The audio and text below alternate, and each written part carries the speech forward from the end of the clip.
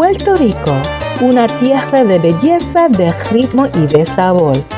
Last time around, I told you that this island has been home to countless Jews for more than 500 years. But Puerto Rico carries another story too. A story of resistance, of hidden identities, of people who resisted the Spanish Empire and the Inquisition. And now we're stirring those memories back into the pot, letting their aroma rise and bringing a fresh serving of arroz to the table. Joined not only by Puerto Ricans, but also with the crypto-Jewish brothers and sisters we've met along the way, and by those who have chosen to walk with us, learn with us, and reclaim with us. From the island to the diaspora, from the descendants of the Anusim to the friends and family who've joined this movement, their journeys, their stories, their truths all come together here. So make room, porque la mesa has grown. This is the next chapter in the living, unfolding story of Spanish Jewry. You're watching Arroz con Devorah. Hi everyone, Viciata de Shmaya. Welcome to another edition of Arroz con Devorah. And if you are new to this channel, please consider subscribing so you can stay up to date with all the latest episodes and the incredible guests we have lined up. And today's guest is a Puerto Rican singer and songwriter, performing artist, and an educator whose roots stretch from the mountains of Mayagüez to the Sephardic world.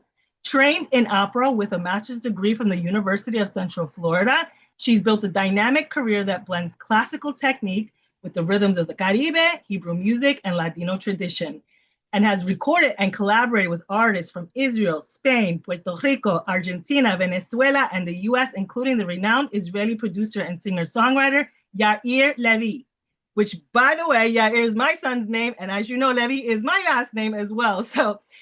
And she is also the founder of the Boriken Spharad Ladino Music Project, which has performed internationally. I'd like to welcome Elysheva Ramirez to the show. Welcome.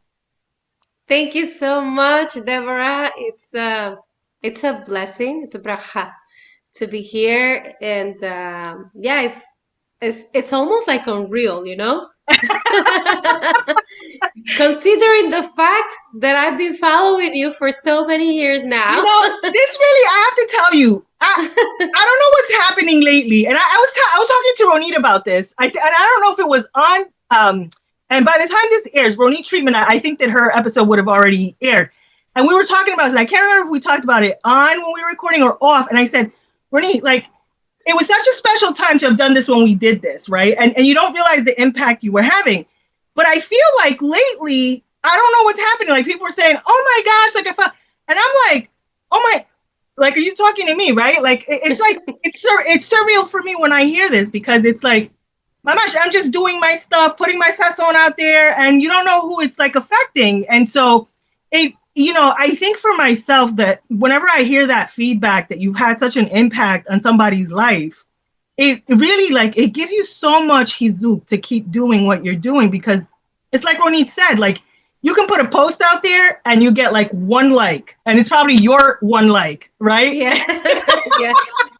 For forever. Exactly. But when you look at how many people saw it, right, like, maybe it really did impact them. So lately, especially with the new books that have come out, it's really been surreal to hear the feedback, because this has been such a passion for me, because I was just so interested in uncovering my identity. And, for myself, like, when I first came out, it was so confusing. It was so like, what's happening here? And all these things were changing. And I put it out there. I felt like I probably was scared to death. I almost look back at that younger version of myself. And from there to now, the growth, the personal growth. And I think part of that is just owning who you are, as messy and whatever it is. And I think that so many people, like, that authenticity, that resonates with people. And I think maybe that's the effect. So I hope not to disappoint you, though. No, not at all. In fact, it's like I have a few women out there that, to me, they are the forerunners. And you're one of those. Oh my God, don't make me cry. We just started, don't make me cry. You are one of those. I remember back in the days, when, yes, I was already well on my journey, but still not as public. And I remember watching your videos was so like, it was like a soul stirring experience that I knew that there was someone else. And especially knowing that you are Puerto Rican and not knowing that we are related. I I mean, know. like, I it's was telling amazing. Ronit this. I feel like I hit the lotto. Like all these cousins came out of the woodwork. I know, right? Hey, prima, primo. Yes, it's just, and you said it very well. And maybe we're going to talk about this later, but I do resonate with you because when I started out, what I started regarding this topic, it was also the same. Like I felt alone, even though I know that you, for example, you were out there and you were one of my inspirations to come forward with it. But in my field of what I was doing, I mean, there's fear. You're afraid of so many things. And so I understand what you say when you say, well, you have no idea who you might be impacting with what you decided to do. And so, yeah, I think we're going to delve a little bit more on that. So Yeah, I'll leave that for later. yeah, and it's really funny because one of the things I was talking about, Ronit, was that I really felt like today I feel so much more the blessing of having done it when I did, when there was no one. I really like being the Abraham Avinu of coming forward in Absolutely. and it was looking back now and all the challenges that I pushed through, whether it was health, whether it was just being out there publicly, whether it was really like combating the narrative that had dominated, which was a false narrative that had dominated the Anusim world. There was so many things that I had to learn about myself.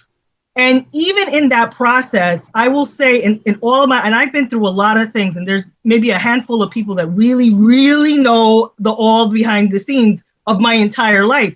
And I will have to tell you that this journey, fighting for this, I think that I had probably seen my darkest days ever.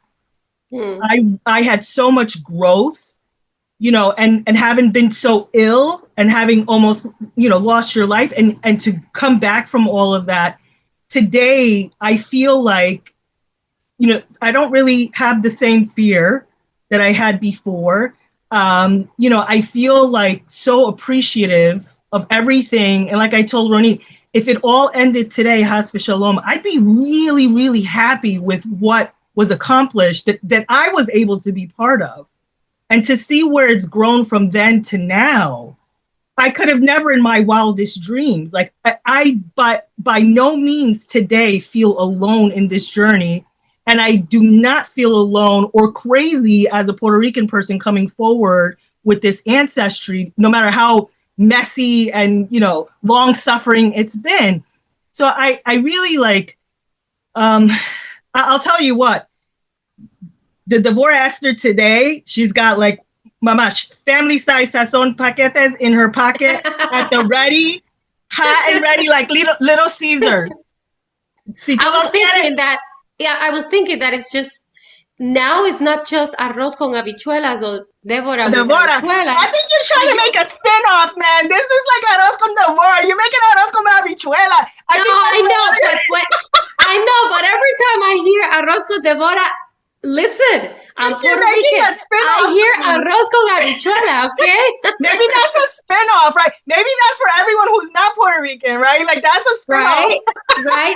But then, since in my head, every time I hear arroz con Devorah, automatically I hear arroz con habichuela, but now we're adding a little bit more. We're a little bit more. Habichuela. Listen, listen, first of all, I think you may have to check my, Puerto Rican card because I don't even like habichuelas. Gandules out. What? I knew it. Don't judge me, girl. Don't judge me. No. Listen, don't judge. I don't know how many. Okay, no judgment. No judgment. I don't know how many others are with me in this, right? I'll mess with the gandules. Pero mamás también, they have to be from Puerto Rico. I gotta tell you that, like, I need my gandules from Puerto Rico. There's like certain things I need There's it from the nothing else Caribe. like that. Like But that. that's what I mean. I need it from the Caribe. But, you know, it's funny because even going back, you know, we're talking about from the pandemic to now, but going back, you know, when you were younger, I want to get into like, what were the signs you started seeing? And, you know, how did you finally, what was the breaking point that kind of like pushed you forward? Because I know that you have a very similar background, not only to myself in the journey, but you also have this pit stop, right? Even in, you know, I believe you were evangelical, right? Or did you start out Catholic? No, Catholic. No, I grew up Catholic. So yes. I want to talk about that because, you know, a lot of people have this Christian background. Yeah. And, you know, there really is this indoctrination and you have this, it's really like embedded into your psyche. What was it that started breaking all of that for you? So I've always said that I was a very atypical kid and person. My life in itself, I think Hakadosh Baruch Hu just allowed for me to go through very difficult things since a very early age. So I lost my mom when I was 7 years old. So there you have a huge identity trauma developing because of the loss of my mom, right? Of my mother when I was 7 years old. And I think that combined with my curiosity, with my neshama, which was always very, very curious, I grew up searching. All my life was a search. But I do remember, for instance, and this is something like it's like a funny a funny story about my childhood, that I was always the kind of like the show off of the family in terms of my artistic abilities, right? La Lucia. But I was always, La Lucia train. Yes. But also, it's funny because I was always singing Spanish songs from Spain, but not just your typical Spanish songs, but I was singing flamenco, really. And this just came out of me just in such a natural way. I do remember my dad always telling me, yes, we came from Spain, and even among the family mentioning Jewish background. But it was something that I just grew up with it, kind of like thinking, well, yes, these are stories, right? But that stayed in the back of my mind, in the back of my head, right? In my subconscious, that always stayed lingering. And yes, my dad was a very devoted Catholic, which later on, I quickly discovered that he was more Jewish than what he thought, the way that he was raising me, right? And so I grew up like that. And it wasn't until my teenagers years when I actually, a little bit before me going to high school, I really started to really search. And that searching lasted for years. I remember I left the Catholic Church. I said to my dad at my 15, almost 16 years old, I said, I can't. I had How did he take that? How did he take that? You know, I have to say that Baruch Hashem, my dad is a thinker. He's a thinker. My dad, he always allowed me to think. And within his scope of very traditional, he also has never been a blind religious man. He's devoted, which is a characteristic of the Anusim. Very devoted in his ways, but his way of life. So I had interaction with throughout my life because of my story, with very close interaction with evangelical people, and it's very different to a certain extent to the Catholic. Yeah, and I'm glad you're saying this because, you know, it's so funny. A lot of times when if I'm speaking to, you know, from birth Jewish audiences, yes, they seem to think that like it's all Catholic, like the way they describe it's all Catholic. And I don't think that they realize like there is a difference. Like evangelical, Huge And difference. they don't subscribe Yes. to the Catholic way of No. thinking. They don't have idols. They don't, No. and it's a very different experience And altogether. it's funny at the same time because if you were to compare, you would think that in a way, especially when you think about in Puerto Rico, there was a movement at some point that started out with this man whom everyone in Puerto Rico knew. His name, he was a very famous evangelical man. You would think that that's closer to Torah because it's what they used to call the old way or la senda antigua, and it became this movement And it that was a little bit, and it was a little like Pentecostal. Like it was a little right, yes, right. that's where it stems from. And at that point, you would think that that is closer to Judaism because they observe, like they read the Tanakh and whatnot, and The because women are very the tsanua, like women are very, yes, Sinut and all of that. But, however, the way of thinking, the philosophical way of thinking of Catholicism, it's, believe it or not, closer to Judaism. It's crazy. Not in its worship, but in its way of thinking. And it only makes sense when you look at history and you look back at history and you think about converses, you think about those who were actually Jewish priests, those who converted to those Catholicism, that were planted within the church, whether they were those, nuns or they were, right. yeah. So a lot of its philosophy, especially when it comes to the humanism in it stems from Judaism. So when I think about it, our story, our personal story, both as a family, but both within the religious, right, practice, to me, it was very, very close to Judaism. So just stemming from there, from that point, that's how my dad, that's how my dad was. He was a person who believed in mitzvot. He believed in do the right thing at all times.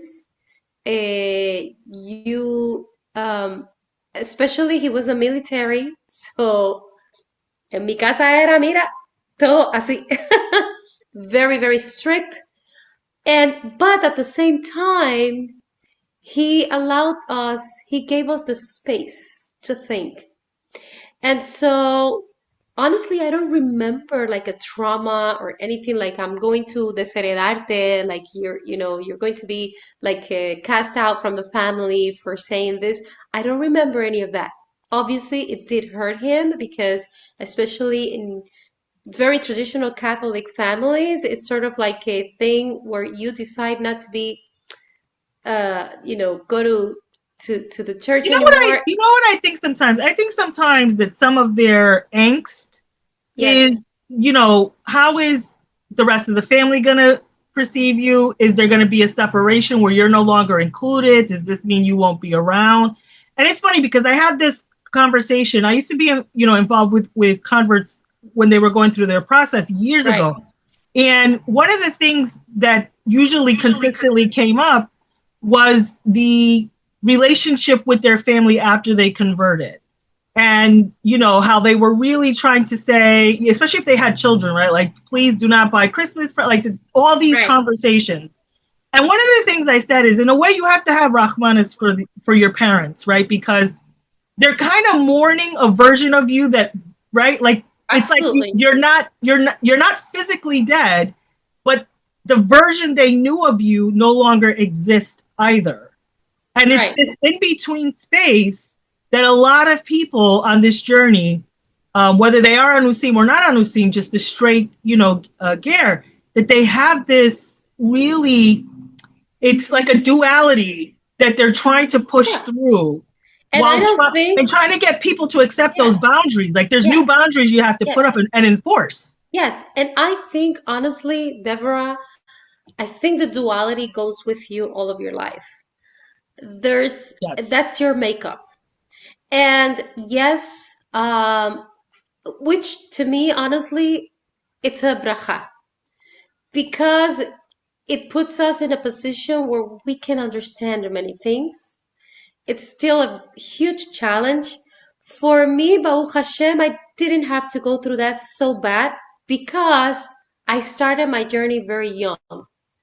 So they already started seeing changes in me. I was always the kind of like the crazy one in the family in terms of I never went by whatever I was taught.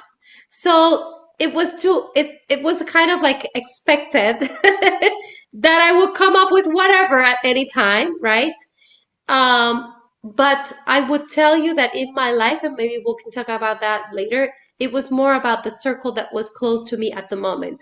However, with my family, I've been like my immediate family, my dad especially, is very respectful. In fact, when I started out this journey in which I really like I delved in, he was very interested because he was the one telling me things since I was little. And so the first thing I told him, you know what? That the very thing you told me, it's real. It's real. Like it's confirmed. Like, you know? And so I think that for me that was a bracha. However, like I told you, within the, and this did not happen to me, but within the Catholicism, more so, maybe let's talk about 30, 40 years ago, maybe a little bit less. But if you know that it was a huge thing in Puerto Rico when you left Catholicism to become an evangelical because you converted, right? Yeah, no, I gotta tell you, and this is what I'm saying, and this is what I mean, that I don't think that the frum from birth Jews realize that it almost feels like we've been going through this cycle for a while, right? Like and then it's like, it's almost like it's two different religions for all intents and purposes. The only thing that was similar. And the only thing that was similar was the fact that Yoshka was involved, right? But it's like two different religions all together. And Absolutely. They're almost like enemies. They're mamash almost like enemies. Totally. I mean, I knew about people, like this is for real, like back in the days, I knew people who would start going to the evangelical movement, and they were cast out from the Catholic family. Yes. Like, yes. I mean, you can tell me that you became a yogi, you became whatever, right. you could be whatever. Right. But it's like, not them. Which is amazing when you think about it, right? And at the same time, Devorah, and this is a very personal theory in as part of my, investigations, I think that there is that psychological generational trauma that stems from Catholicism was the closest thing to Judaism because we know, especially as an anusim, there are certain things that science can explain very well.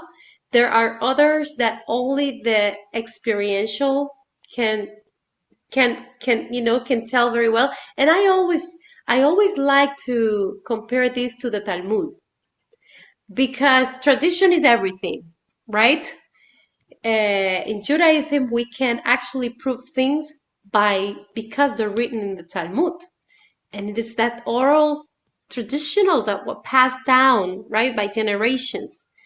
It's the same with our story or our history. And I think that there is a lot of that generational trauma, tradition, oral tradition that kind of like got stuck behind and lost throughout the time, where they would say, well, at least we're Catholic, but we're keeping our Judaism in secret. God forbids you become something else. Because remember that when we look at history, Catholicism came first as a Christianism, right? As an ism in Christianity. And then came the Reform, the Protestant movement. So I always like to think, and I'm almost like, I had this conversation with someone who's very well known among the like crypto Jewish studies and all of that, a Jew, And I was talking to this person and I was telling this person, and he kind of like agreed that there is that factor of Catholicism is more familiar to the Anusim. It's like a in between because especially in Puerto Rico, Deborah, everyone was Catholic, but really we weren't practicing Catholicism, right? It's like the open secret. It's like the open secret. It's like yeah. I always say that my dad is a tzaddik in essence. His neshama, his Jewish neshama has always been there. He raised me, and I always talk about my dad because my mom died when I was very young, and I grew up with my stepmom, which if of it in itself, it's another cell family, right? So that's why I mentioned my dad. Not that she was an amazing and is an amazing mother, but just the makeup of my genealogy, right? It's different. So by my mother's side, I had my aunts and I had my grandmas. They were not Catholic at all. They were nothing. Up until when my grandmother, just after she was already like in her, I don't know, like in her almost 60 years old, she would convert, like what we said. Right. In Puerto Rico, right? But before that, my family by my mother's side, they really didn't practice anything at all. And that's where my strongest Sephardic side comes from, the one that I can trace very, very well because of how they stayed in that niche within the mountains of Puerto Rico, and all of that area is very well known by its Sephardic ancestry, and a lot of Anusim in that area. Most of us are family. But yeah, to answer your question, yes, I didn't go through that until, this is funny, you're gonna laugh about this. Until, when we start doing this, it's like a passion. You cannot sleep. I remember being until 3, 4 a.m. researching because it starts up with that spark, right? That light spark. And maybe we're gonna talk a little bit about that later. I don't want to conduct the interview. You're the interviewer, but but because I'm a musician, a lot had to do with music. Actually, that's what Hashem used to kind of like finally come to a resolution of the startup of my journey. But I remember when I was in the middle of the genealogy part, I started out with the history part, and I went on to genealogy. I remember I was so passionate about it that when I saw that my dad was receiving this, I started like telling him and sharing information. And one day, I think I overwhelmed him in such a way, because you need to understand, at that time he was like maybe like 70 something. Now he's 80 something. And he said one day, "Mira, muchacha," I'm going to say it in Spanish first and then in English. Okay, this is a Spanglish channel. Okay, so he goes like, "Mira, muchacha, no sigas investigando esas cosas. ¿Para qué yo quiero ahora saber lo que yo fui? Ya yo sé lo que yo fui, pero ahora yo sé lo que yo soy." Yeah. But pero they do want to know though, because they get excited. They do get excited. It's like trees growing their roots. They get excited. They do. What happens with my dad, he's a person of like habits. So he created his life habits. He doesn't want to feel like I'm going to get him out of that. However, he does listen. So at that time, I le bajé 2 rayitas, and I said, I need to simmer down. I need to take it easy. I need to share this with someone else that is not my dad. Yeah, because we come with a lot of sazon, I think, because we're absolutely. It was such a secret for so long, right? And so when you're starting to unearth it, because first of all, you got to get past the gaslight, right? Like some of you have the gaslight, so you have to get past that, because now you want to gaslight. It's like game on, and it becomes like, I'll tell you, con mi abuela fue una guerra. This was like a guerra, like, oh, it's game on. I love you, abuela. Yeah. It's on. Like it's on. The game is on. Yeah. And so it would be funny because I would go, "Hi, abuela, look what I found." And what are you gonna say? You have a document, right? Like you have documents, right? You know what I'm saying? Yes. Like, And Yeah. it becomes harder for them to deny, you know, and Well, remember that, it's years and years and years. And especially with my dad, you have a very devoted person in his religion. What his alarm understands is, what do I do with this information now? Right? And I now going to our, like our emunah, I I honestly I started reading this book, The Gates of the Soul, and it helped me to understand that every person is a soul. And I started looking at my dad as that soul, that neshama that Hashem allowed for him to bring me into this world. And I can give him a spark of what I have, but ultimately he's his own soul. I cannot push it onto him. And that just gave me compassion to understand that not everything he was going to understand, and neither was I looking, not to look for approval from him, right?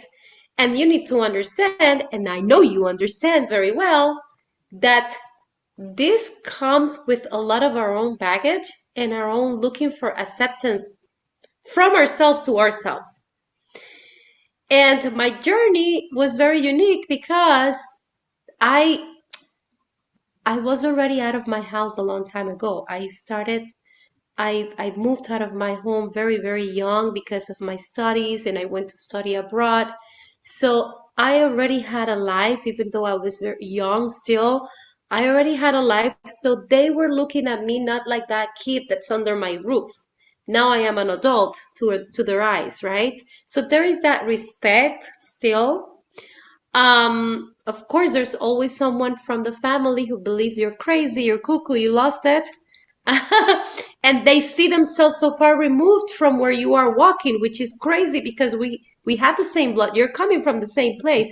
But then again, I like to tell people all the time, first of all, I do not share my story waiting and wanting and pushing on to not even my brother, my nobody, to follow the same path. That's, first of all, that's not our Judaism is not. That's not Judaism anyway. We don't proselytize anyone. We don't do that.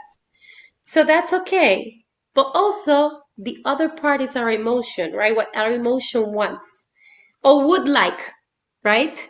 In a perfect world, because this can be a very, very lonely journey. So there's a point of your life where you're like, man, this is hard. Not until you're well ingrained in your community, after being years walking it,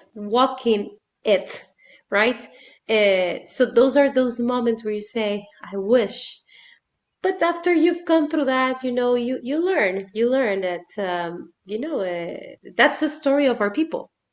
Loneliness and being uprooted from somewhere. Yeah. Everyone, all of our forefathers were uprooted from somewhere. Right. And I want to talk, it's funny, you have this musical background and, for myself, I went through an evangelical past, right? And I think one of the biggest ironies is that when my mom came to Brooklyn, right, and I was born, and, when my mom got remarried after my mom and dad divorced, and she got remarried, I joked about this in like some of the earlier seasons of Arroz con Devorah. She married a guy, like in my family, I'll be quite honest with you, there was no, for all intents and purposes, you would think that they were not even from Puerto Rico. They didn't have the salsa, they were so not like what you hear or expect, right? Right. And so she marries this guy, que la familia es bien, pero bien, I think they're checking everyone's Puerto Rican cars. I think they're giving them away at the hospital. They are so Puerto Rican, like all that I understand about Puerto Rican culture really has come from them. You know what I'm saying?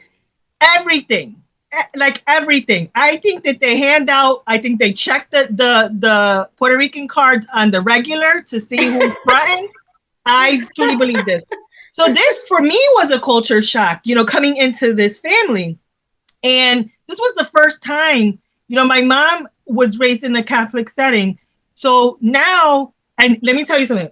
First of all, shout out. I'm not going to say their name publicly, but shout out to my stepfather's family. Okay. First of all, there were a lot of brothers, all musically inclined, all of them.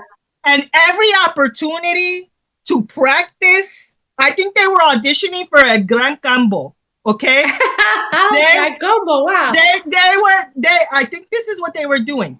And one of the things they would do is when they went in, they were coming from an evangelical background or born again, right? Because even that movement has gone through different name cycling. I know, yeah, it has changed so many times. It's changed so much. And so one of the things they did when they show up, it's like they take over the praise and worship team.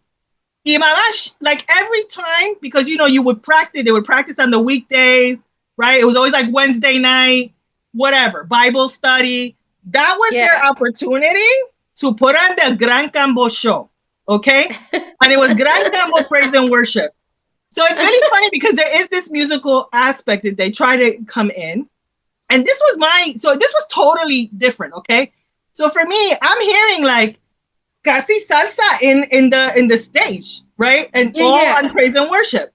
Yeah. So it was like the whole goal in that movement was to make the praise and worship dance team, right? Like sazonarla. Dance team, sazonarla, season it. Right. Or there was always, you always wanted to be the singer, right? But there was always some, like, either there was like, I call carichulo, right? There's either like the very handsome, right? And the same thing, there's always like a counterpart girl for the duets, right? Right. And that was like the dream. Like you wanted to, well, no, I was a backup dancer. That's it. That was my, no Jenny from the block, like nothing from you. You're going to be, a backup dancer and maybe an extra, right? Like maybe. Well, I'm sure you had sazon as a backup dancer, okay? Well, I had sazon en carácter, pero no, so, but what I was good at is like, they had these plays, right? Like they always do whatever season was coming up, you did the plays. Right. But it's almost funny. I look back and I think maybe I always had a writer in me because I was always heading up the plays. That's great. You were the director. Listen, I don't know what I was. I was trying to find my place in the world, okay? And how many tazón paquetes I had left, But I'm telling you, like, this really resonated with me because I feel like it was such a different experience from the Catholic experience. Like, this was a show all the time, right? And I think the closest I got to making the band was my tambourine, right? Well, Vivian. And that's a huge thing in Puerto Rico. Let me tell you, you can make a whole chorus out of tambourine. Absolutely. Absolutely. I mean, like, please leave my tambourines alone. I mean, they are the boss. You had a rhythm, right? You had a rhythm, and you like, that's it. And, I mean, Mama, she was just like, Yeah. That's all you need. But then, Mama, like people who know. If you was really stunned, then you was doing like this, like, because you're doing your own. There's a whole choreography. And you were practicing. Come Monday, right? Because you saw your girl. And she pulled it out. So now you're like, oh, okay, Nana. Hey. Then next week you gotta come up with something like, you gotta bring it out. Listen, I have no hope. I was classically trained as a flutist, but there's no flute. Oh, there you go. Yeah, but there's no flute in these bands. Well, in Catholic setting, yes, there were. Flutes were the order. The only flutes in the evangelical praise and worship teams I knew were all men, and they had a line of succession, okay? And they're not letting me on the stage, okay? And they're not playing Bach, right? No. So either you know how to do... They're playing it son montuno. Exactly. So either you know how to do... And there's no sheet music. There's no sheet music. No. Everything is by ear. This is what I'm saying. So that's talent. That's talent. Yeah, absolutely. This was my experience, right? So for me, being young, there was this almost like introduction to the culture via the evangelical church through music. Yeah.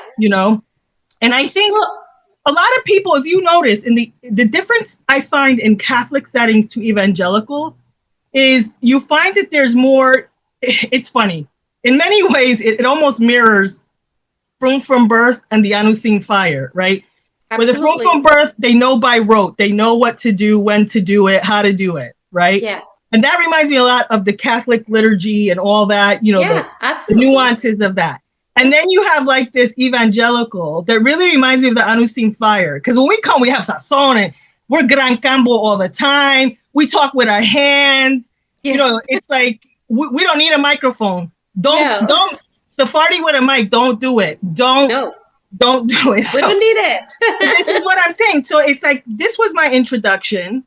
And, it was like I think as a child, for me, it really tethered myself to that religion. And for me, like breaking out of it, it was the only identity I had, right? My mother and father had split. There was really no mention of him again. It was a really bad split. And there was just this culture of silence within my mother's side. And on my father's side, that had all of this warmth and Caribe flavor and all this, it was like an escapism into that. And so, I find it's so funny that the music in the evangelical movement for many years, it was always the Puerto Ricanos. I think we were the dominant Spanish Latino culture in America, and now it's a lot different. The demographic is very different. Right. But back then, it was my introduction into Puerto Rican culture because that's where they were in the evangelical churches, all auditioning for the Gran Campo. I'm not sure if any of them made it, but these were their life goals, right? Like, right. And I think, it's such a cultural thing because our culture in itself, and this is something I'm writing about in my dissertation, we are a musical culture. So in whatever realm, we are always expressing our identity through the arts, especially through music. I remember back in the days when I was maybe like a little bit before I became rebellious and I walked away. Must have been my first years of high school, probably. I remember that there was this movement within the Catholic Church which was very tied up to the nacionalistas, independentistas. Oh my God, can we even say that anymore? Like, are we going to get an FBI file if we say that? I don't think so. But back in the days. I don't know. Let me tell I got to tell you this story. Okay. So for those of you that know. For those of you don't know, you don't know. And I've kind of been mentioning this little by little in my book, When Jews Say Marano. I definitely, when I spoke with Ronit, I think we spoke about this. In Puerto Rico, what a lot of people don't know is that when the Spanish-American War happened, the takeover from America was not smooth whatsoever. No. And, it's heartbreaking even to this day. There are people who were really fighting for the independence of Puerto Rico, which, by the way, we're still the only foreign Latino nation under foreign rule. Yeah. They were fighting for the independence, which was the dream of their forefathers since coming from Spain, right? To break away. So here's the thing. They're breaking the yoke from Spain, but then they end up under a different yoke altogether, which was probably, which is just as, I think, worse, because what they came with, right, where it took so much longer. Like, how many people can you put through the fires? They were coming with bombs and Tommy guns, and they were really gunning down the people. And it was illegal for you to even fly a flag. Absolutely. And so it's funny because I worked with a woman who she was, I don't know if she was Mayan. I know ella fue mexicana, and I think she was like from the Mayan, heritage. Yeah. Ella se casó con una puertorriqueño. And when her father-in-law died, she told me, she said, we received a letter from the FBI saying that his father's file was closed. Yeah. And so I think people don't really realize, like, this is still carrying with them. I actually had in my hands family members' files from the FBI. So here's the thing, and it's funny because going back to what you said, about how they were fighting the Spanish imperialism to go from one imperialism to the other of imperialism. And many people don't know that those who fought against the Spanish crown, the main leaders of this fight were Jews in Puerto Rico, were Puerto Rican Jews. Yes. And these were not even, and this is very important. People don't know this. These were not even Anusim. Right. They were outright. These were outright Jews. Right. Puerto Rican Jews. And this is what I'm saying, that I think that people don't realize. I think that people don't realize that there are Jews on the island who have always known who they were. Always. And this is what I'm saying. And let me tell you, we have branches of our family who were Jews. Like, I have branches from Curacao who were always Jews. They were never converted. And this is crazy to think about this. Oh, we got a guest. We got a guest. Thank you. Welcome to the show. Welcome to the show. Arroz con Devorah, gandulas y el gato. Y el gato con botas. So stemming from that, which is great that we talked about this, because going back to what I was going to say, the Catholic movement with the nationalism movement, there was a point that Catholics were singing protest songs as part of their liturgy. Yeah. And many of the Nova Trova, which is the music genre that it's associated with the protests against the imperialism, they were coming from Catholic musicians. So there is a mix there, historical, but also because some of the Catholic movements, they were, and this is a reality that just up until today, there are movements just such as the Jesuits, who are very far left, who also kind of interjected with this whole, national sentiment of the Puerto Ricans. But the reality is that the first, just to give it a name, the first kind of not liberal, but libertarian movement in Puerto Rico, it came accompanied by those Jews whom in the first place they were looking for a place to be Jews freely. So of course they would want to break up from the Catholic crown. That's what many people don't understand. I've had people, academics, asking me, but it doesn't make sense that a Spanish Puerto Rican or even a Spanish Jew would want to break away from the Spanish crown. And I'm like, wait a second, you obviously don't know. You really don't understand the history, do you? Yeah, you don't understand the history, right? So they found in Puerto Rico that oasis, even since before, ever since Christopher Columbus arrived there, right? That's the start. That's the start of it all. So it's funny because talking about music, we also have that in the Catholic movement. Right. And then within the Catholic movement, you would have the charismatic movement, which is, it was like a segment of spirited people, who either they were kind of it was I like to call it crossover. They were crossing over and they were neither this or that, but they wanted to bring this to here. They're like Parv. Like Parv, yes. So you would have in those instances music within the Catholic that resounded like the because there are certain Catholic churches that when you go in, right? Because usually when you think Catholic church, you think very stale, very sit, stand, and that was a kneel. traditional. Right, that's the traditional. And then, pero mira, if you go into a one with this Spanish, it sounds very different. I'm telling you, we take over. It's a takeover. Right. Right. Yeah. It's like the Beatles. We're the invasion of everything. It's part of our. I want to talk about, it's funny. I want to talk about, because we're talking about invasion, right? I know. And there's, currently there's this invasion that was kind of sparked off with, with the Super Bowl, right? And it's funny because a lot of people, it caused such a controversy. First of all, for me, I think what's the biggest controversy is that there's still Americans that still don't understand that if you're Puerto Rican, you're an American. I know. It's like no green card required. Yeah, we have a pass. We have an American, right? North America passport. We're good, and we fought in the wars. We contribute to the federal tax. Like we're legit.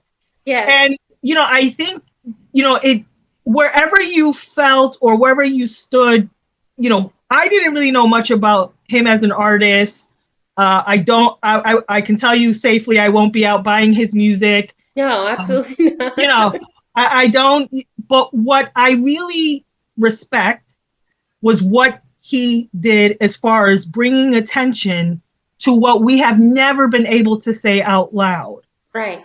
Right. And I think that is what so many Puerto Ricans, no matter where you fall, whether you knew of him and supported his music or you didn't know, that was the common ground that we could all agree upon, that no matter what you thought, it is time, right? And he had such a platform and he used it. And I would have to say that as someone who, we all come from this heritage and this culture, you are proud of that, because there was a time that to have done so, he could have been killed. Like he really could have been killed, or he could have been jailed. Like it would have been serious consequences. Very much in the same way, like an anus, when we come forward and say, nosotros somos judío, right? Yeah. That would have gotten us killed. It could have gotten us jailed. Yeah. So there is this kind of like, this similarity and a spark. And I think that a lot of Puerto Rican people right now, currently, whether you can articulate it or not, you feel algo adentro que saying like, I respect what he did. Like I said, I won't be out buying his music. No, absolutely. No, I listen, I get you. I get you. It's funny because I knew about him as a musician. Obviously, I am exposed in social media. So obviously I have a lot of friends, musicians, colleagues, and you know how the algorithm work, right? A friend likes whatever, so I'm gonna be seeing certain things, whatever. Anyways, as a musician, I will know whoever musician comes out and whatever. But the thing is that I had never felt curiosity to know anything about this individual up until the Super Bowl. That's the reality. And before that, I need to be very honest with you. I had and still have my reserves, just because there is a whole agenda behind, pushing from behind. 100%, and I think, 100%, and I think that's what makes it so. But this is why I tell people all the time that sometimes we get into something and we think it's all or nothing. But it's not. Right, and that's the thing. The two things can be true, right? Absolutely, absolutely. A lot of things that he, and who knows, maybe his life will change going forward as a result of it. But that's between him and his maker, right? Well, it's like I always say, like I even found myself reposting, what had happened in the Super Bowl, and I said, why can't we take the good out of it and understand the pieces? As a historian, I have to be very objective. But that's what myself. I think that's where objectivity needs to be there, right. And I understand your objectivity because it's the same. And that's what I'm saying. That historically, right, the fact that he brought the issue out in such a way that it can't be ignored because it's been seen by millions. It touched the fiber of my heart. Like here I am. I was like crying. Like when and there were so many people that were, and it had nothing to do with the scantily clad women. It had to do with the fact that for the first time, it's almost like, when you've been abused and your abuser is always amenazando, they're always like threatening you, right? And this was the first time. It was almost like the abused child coming out and saying what's happening, Yeah. Right? Here I am. Here's Here my I am, voice. and this is what's happening. And, right? and the amazing thing, Deborah, is that this is not, even though it's a personal thing with Puerto Rico, because just as you said, every time I tell people, listen, the reality is I just participated in this Congress, which was very interesting, and of it in itself is this is another podcast, okay? Because you would be very interested in this. This is a Congress called, it was España y Puerto Rico. And it's having to do with the Sephardic law of return, which is very funny because there's something else about that. But the thing is, every time I talk to people, I say, you need to understand that really, honestly, even though us as Anusim, I have my own thoughts about Spain, but the reality is that we are more Spanish than anything. It was 500 y pico of colonization in our formation years. Yeah, and not Like, only it's that, not then just how many are nuestro abuelo y abuela que vino, and they were back and forth. So that they culture were back has and always forth. been right. So that culture has always been with us. Yes. So just recently, I made this post because it was a very sentimental post. It was a very personal thing about el polvo maja. Because I found this product on an aisle at my local pharmacy, and you need to understand that this is the scent of my mom who had passed away. And nena, yo te digo a ti que ese es el post que más comentarios ha llevado. Why? Because every single Puerto Rican woman It's funny you're saying this, and used maja. I know. I have it. I'm telling you, and I feel like it's somewhere. I have it. And you want to know how I have it? One, so this is how how much I love my grandmother. We're going on her third yard site. Third. Wow. There was so much passion between me and this woman, right? Especially con la guerra that we had over this issue. Yeah. Right? And I bought her, okay. Wow. Yes. Oh, girl. You know what we're talking about. Mi mamá Clara que está aquí conmigo. So for those who don't know, que está conmigo. This was her maja that I bought her, and I keep it. And by the way, like I told her, like there's other flavors now, right? Yeah, I know. I was thinking, which was no, that was like whatever. You know that. So this was like a joke that I had played with one of the guests from the like first rounds of Arroz con Devorah, and I almost felt like I said this and Gina Tay. If you did not have this growing up, I don't believe that you are Latino. Absolutely. I don't care what anyone says. 100%. There's something wrong with your card. Someone has lied to you, and my step family will be there to check it. Okay, 100%. If you don't have this, and if you don't have Gina, I don't like. Mira, que está cerrado. You still have to have it. Okay, so let's get the rules straight. You don't have to use it, but you have to have it.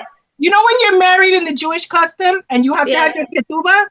Yes, ketubah. If you're Latino and you don't have this, and Gina, and mira, I'll pull out my Gina Tay right now, del baño, and if you don't have it, I'm sorry, I don't believe that you're Latino. That's it. We gotta check. We gotta check. These are staples. Mira, nosotros vamos a tener eso en nuestro Talmud Boricua. But this is what I'm saying. This is going to be, when they say, what was it? El remedio. Esto es un remedio, okay? La marca. But the marca Gina Tay. Mira, I'm going to tell you, when I thought I was grown at 7 years old, right? And I thought I'm going to, you know, poner una shave, right? Una crema, yeah. Yeah, and I try to shave, and I put Gina Tay after. Woo! You want to talk about the fires of the Inquisition on my neck? You're on fire! Oh my God! I know. And the round cap. And I have super size. The super size. No, conmigo. I have super size. But you don't. But you see, these are. You never know. There could be a snowstorm. You could be out. You could be like stuck in forever. I have like lifetime supply. That's so funny. Oh my God, I would never listen. I would never imagine legit, people. that you would have a Maha. But it's funny because, and this is what I want to say with this. Think about this. 1898, United States takes Puerto Rico, but we had been a colony since the 1400s. And when you and I experienced Maha and Janate had already been nearly 500 years, and we're still using Spanish products. That goes to tell you, and this is even more important what I'm going to say, because United States did try to implement English as our first language, and we resisted. That's how the Hispanic coming from Hispania, España, that's how strong it was in our culture and our DNA. You know, there was I don't know if you saw it recently, there was a post about a study, and it was a genetic post, and it talked about that Puerto Ricanos had more Iberian blood than Spanish. Absolutely. But we've not married out. Like we've had this very close pool of people, right? And it's been the same thing. This is why I think, you know, I have to say that everybody that I've met along this journey who's returned, Mama, somehow or another, we're all related. Yeah. Somehow or another. Yes. And you see, I think without exception, I think maybe, and who knows, maybe if I checked again, like I think there's maybe one or two people that I have not been related to.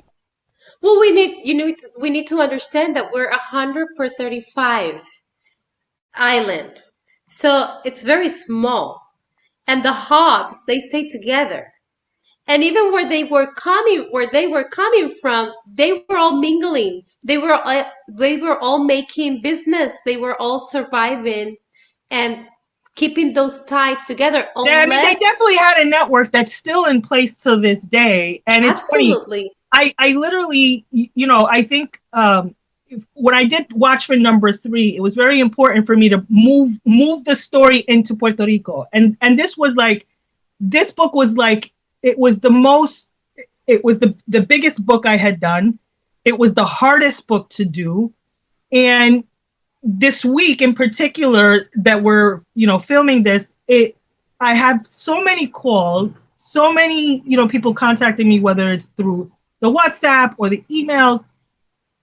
Anusin community, not Anusin community, Rabbanim, all like the impact of that book. And by the way, like they've read 1 and they read 2, and you need to read 1 and 2 because it's a build-up, right? Yeah, it's a build-up. Yeah.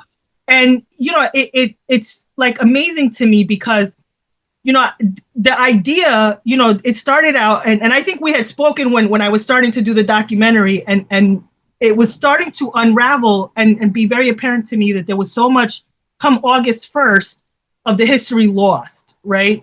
And to me, I was like, this is very problematic. And I just didn't know what to do. I still have a lot of footage, and I really debate about how, you know, there's parts of it because there were great interviews and I want those to get released. I don't know if it will be in a documentary, you know, style at this point, because I had interviewed so many rabbis off camera, right? There was only like, I think maybe 1 or 2 that actually made it onto camera who were knowledgeable enough.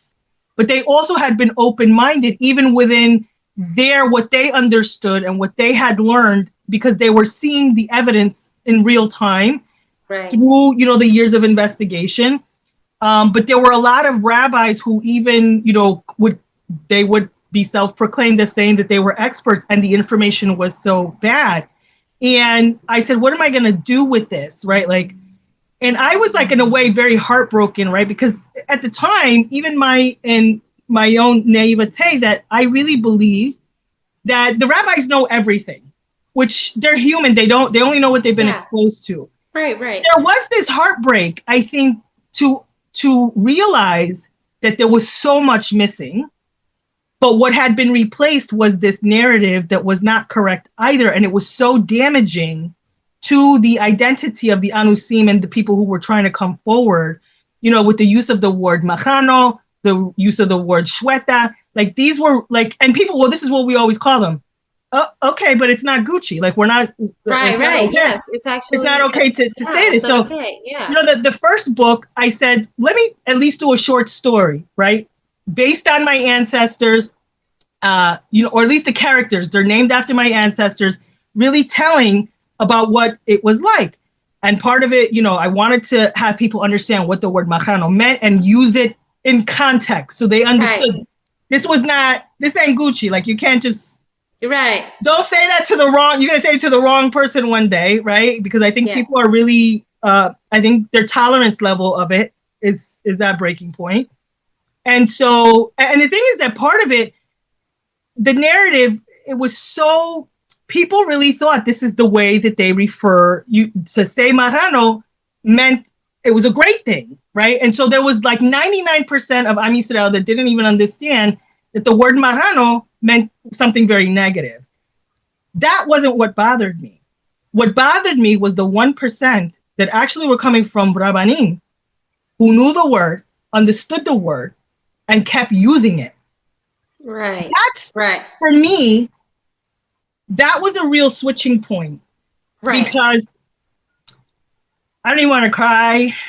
That was so, out of everything I've ever been through in my life, those conversations with those rabbis who I felt should have known better, right? When you know better, you do better. Right. And that was really challenging for me because... Well, especially Devorah, because, I mean, and I don't mean to interrupt you, I'm sorry, but go ahead and then I'll...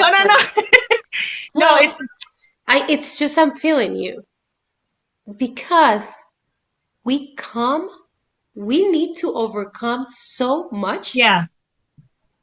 To then receive this. Well, that's the thing. And I literally I don't even know where my phone is. And I literally reached out to one of the Rabbanim who I had heard on a video shiur, right? And I immediately, of all things, I actually had his phone number. And I literally put that. I crossed an ocean of 500 years of fire to get here, right?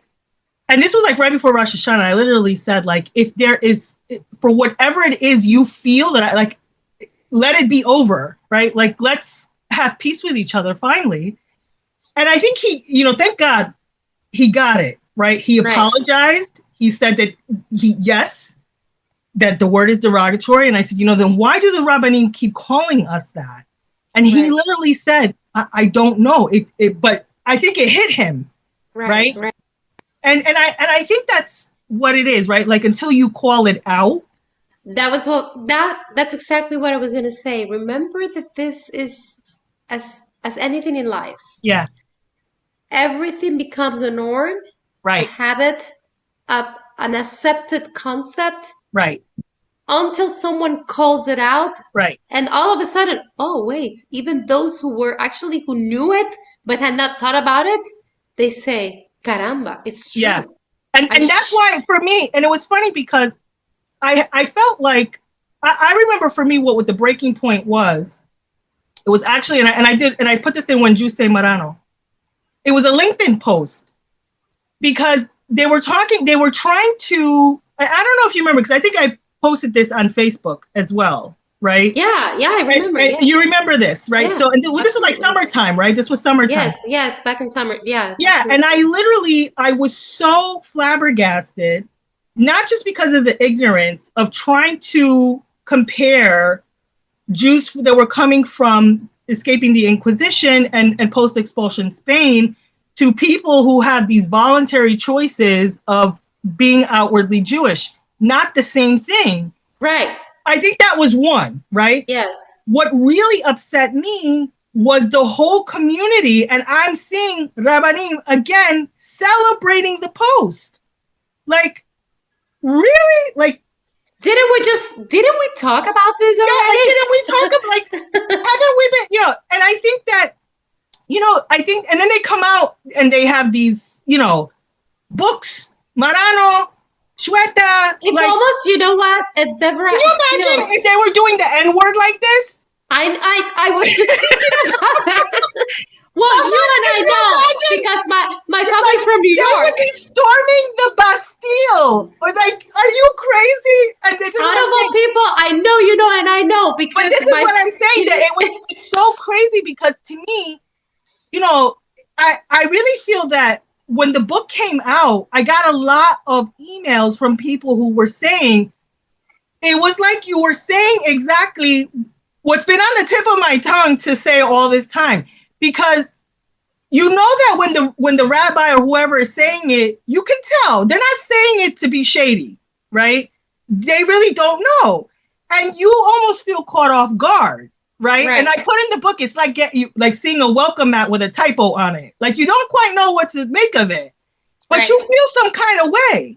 And you know, and you're always like, do I say something or do I not say something? But I also think, Deborah, after having had a lot of like interactions with different types of, you know, Jewish communities, rabbis, and having these conversations, I also think that there is some level of romanticization of the term because they also romanticize the story. So it's not until the Anusim are coming, we are coming forward, because no longer can you say this is history written in books, but history is alive.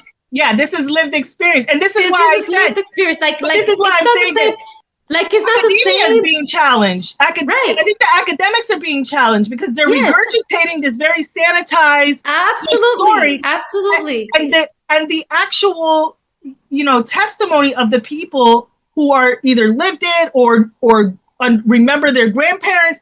It's a totally different. It's like that's not what happened at all. No, because remember that you would have to rewrite the books or either defy them, right?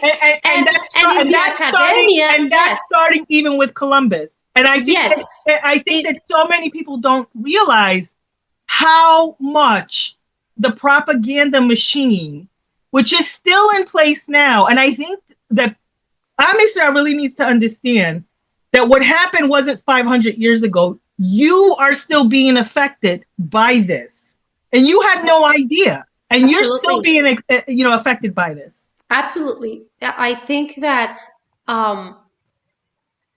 the academia, which has had to do everything with it, because remember, you take a piece of information and you make it pretty, and you give it a title. And it goes through the academia filter where all of the people who knows everything and none of them are like, none of them, chas v'shalom, that any of them are wrong, you know, and they stamp it, and that's the truth forever and ever. Yeah. And even, and I am talking to you, I am actually within the academia, but within the academia, I am the one defined the academia. And I am very grateful because honestly, I have had mentors who know nothing about this, and they have been nothing but very humble and open to learn. And that is just... and that you can work with. That you can work with. Yes. All day, every day. And this is what, and I literally was saying this to Roni. I respect all of those people, right? It takes a lot to say, I was wrong. But you know, and you know, I've been on a push since these books came out about telling the Anusim that you need to take back the narrative of your story, right? You need to push back in the nicest way possible. You don't have to bring the sazon, you don't have to bring the sofrito, but you need to bring the truth, right? You need to bring the emet. And I think like until we start saying this is not okay, right? And this is not accurate, let's talk about it. And I feel, and I put this in the book as well, stop talking about us and start talking with us. Yes, having the conversations. Let us be in the conversation, and not in the let's just tell your story and move on way, but in a way that really sparks education and change and you know, dialogue between the two. We are a part of Am Yisrael's history. It's not just our history, it's your history as well, right? Yeah. you do not in present day, and I think October 7th really highlighted a lot of this. You do not accept any of the propaganda that's going on about any other. Why would you have accepted it about us? And that for me is, it's, to me, it's so funny. I say that in this journey of return, you would think that the process of returning would have been the hard part. That wasn't it. It was everything that came after. It was the fallout. Yeah, it was the fallout of everything. I want to say that I have the relationship for myself in Emunah and Bitachon with Hashem really has tightened, but it was hanging by threads because of the pain that was coming from Am Yisrael, not from the rest of the world. And that, what do you do with that? And I'm very grateful when The Watchmen came out, a lot of that was starting to turn around. A lot of the people who had thought one way began to see things in a different light. And I think that it opened up the doors to start having conversations that maybe we don't know, like we can accept, we don't. Now you have pictures and documents and testimony coming forward. And these were ways to start the conversation. And for every rabbi that has said, I want to listen, I want to sit and see and hear and really start to take steps to educate my own community, that you can respect all day, every day. Yeah. And it is, like I tell everybody, even the Anusim community, it is very messy, right? Because you're unearthing something that has been buried for how many centuries under such secrecy. It's not an easy process to do. It's very complicated. It's complicated enough for ourselves. Like I can tell you, Baruch Hashem, I think, I know that each person's experience is totally different from the other, right? I see his hashgacha pratit in everything, his favor and, his divine providence in everything. I've had good experiences within the community, Baruch Hashem, but again, I know that this is not the case for everyone. However, my greatest enemy has been myself, because also we bring all of this baggage, insecurity that does not necessarily show outwardly, because me coming from where I am, coming from both as a human being, but both as a performer, I have been working for more than 40 years in confidence. That's what I trained for. More than anything, that's what you have to have when you're going out on stage. Right. So my makeup in itself, it's of a confident person. However, what plays inside, very, very deep inside, is that generational trauma of identity crisis. So even when you find yourself comfortable within such and such place within the community, there's always that little voice that very, very subconsciously, it talks to your ear in the sense of, not anymore, Baruch Hashem, and maybe, still I go through those processes, very well, but I think, and the reason why I share this is not so much because it's happening now, but because I know that there are a lot of people that goes through that. Some people, they put a label on themselves, and that could be the Marrano label very well. You see? Oh yes, I am a Marrano, and that's what really like, and that was the other thing too, like, especially, since coming back out again, right? Like post-COVID and all that.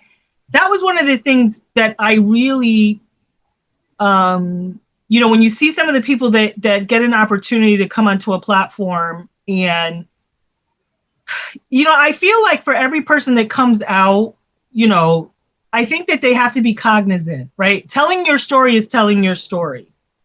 Yeah. But when you get to this point that it can affect everyone, right? Like we've all got to be a team here, right? And if you're going to take the opportunity, that's your opportunity to set the record straight about the use of the word. So I think sometimes it really pains my heart to see someone from the community say, I come from Marranos. And that's it. I put stop on the, I don't watch any further. Your story, I just feel so, like, it's almost like you're deflated. Yeah. I can't listen to anything. It just shuts me down. Yeah. And that's what I'm saying, that, you know, it's very, I think you have to get used to being uncomfortable, right? And I think that anyone that starts to come onto a public platform, you have to get comfortable with being uncomfortable. Yeah, absolutely. And I think that when you're talking about something so charged, right? And within Am Yisrael, for whatever reason, it's such a political thing, which it really shocks me. And to an extent, maybe it doesn't, right? Like maybe it doesn't. But I feel like if you're going to come on to this stage, it's like, you know, when that's like you going out to sing, and you're like half stepping, right? It's like you're singing and you're going through the motions, but there's no pasión, there's no sazón behind, there's nothing behind. There's just no words. It's just words. There's no kavanah, there's no intention. There's nothing there. There's no emunah, there's no bina. It's just safety. Yeah. And I think that if I could have Hashem give me a magic wand, which Hashem is not a genie in a bottle, so I'm going to make that very clear. I'm going to put that out there. But I think that one of the biggest things, and it's not just, honestly, it's not even just for the Anusim, I think it's for all of Am Yisrael, right? Stand in your truth, right? Stand in your truth. You're not a Marrano. You don't come from Marranos. You don't come from Shuetas, right? You come from Judíos. Yeah. That's the bottom. That's bottom line. That's bottom line. That's bottom line. Yes, it's like you are reclaiming. I had a friend who used to tell me regarding this topic. He's a historian and he's an Anusim too, from Toledo. He used to tell me, you cannot, if you were born a cat, you cannot be a dog. You were born a cat, meaning your family comes from a cat line. You know? I thought it was hilarious. Why do you want to call me a dog? Yeah. And you know what? I might have been given dog food. Right. But I am still a cat. I might have learned to bark rather than meow. It's all performative, right? But it's all performative. And you know, it's funny because that stayed with me. Yeah.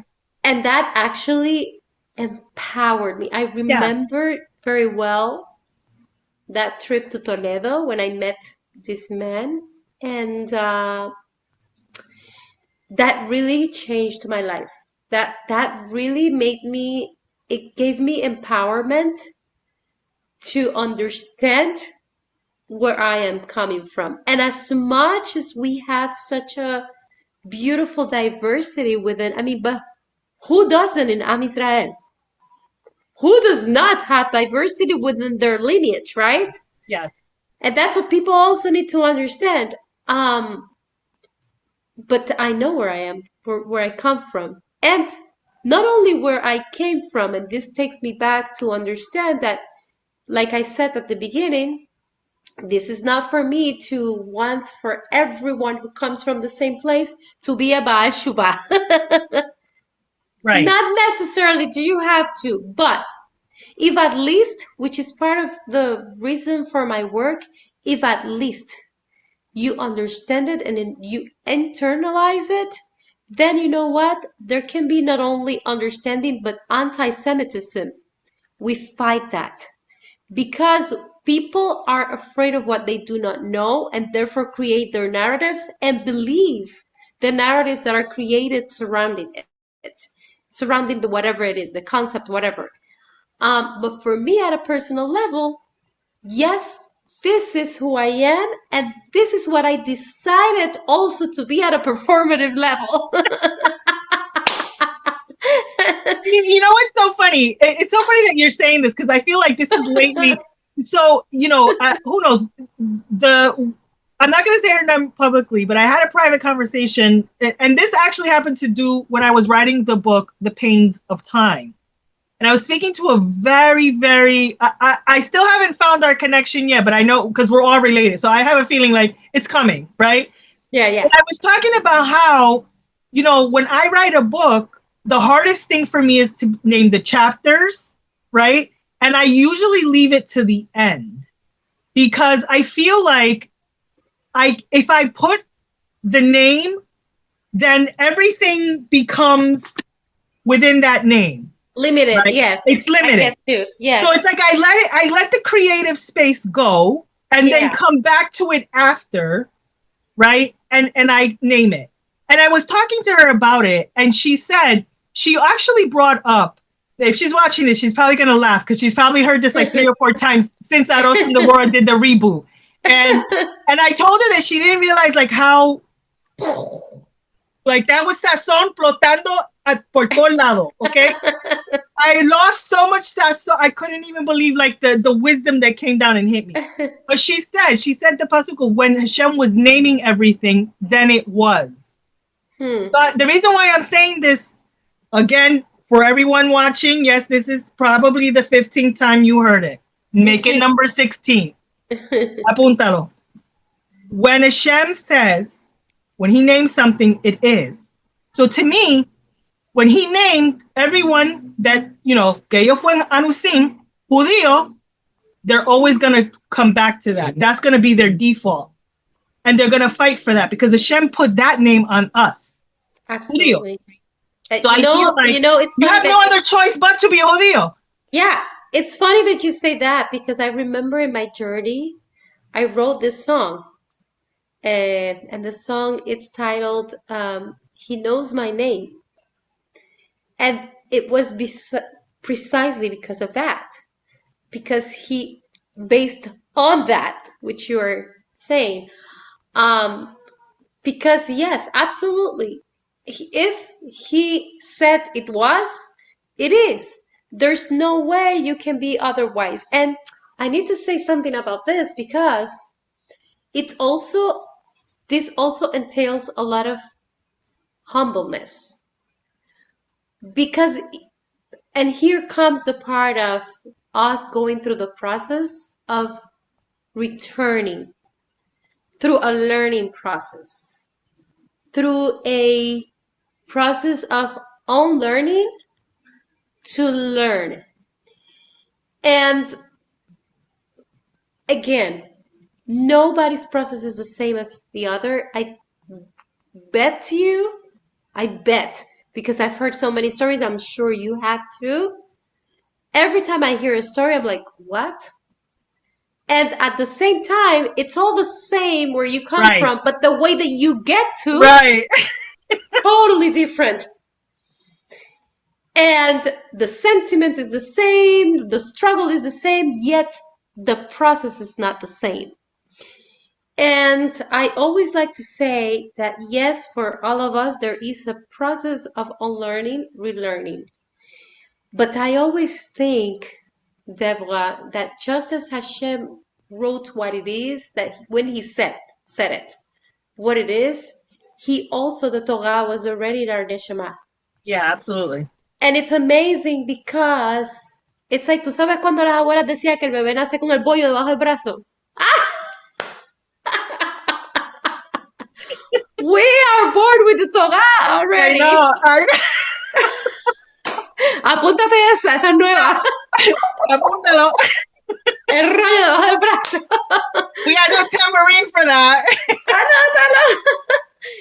And of course, you need to unleash all of that, which is already in your neshama. Mm-hmm.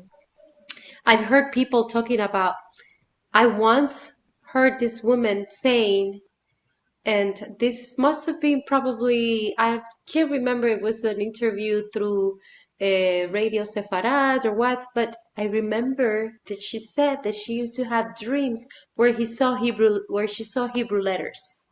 And that when she put the Hebrew letters together, they were words. She had never ever in her life looked at the Aleph Bet, not even less than that.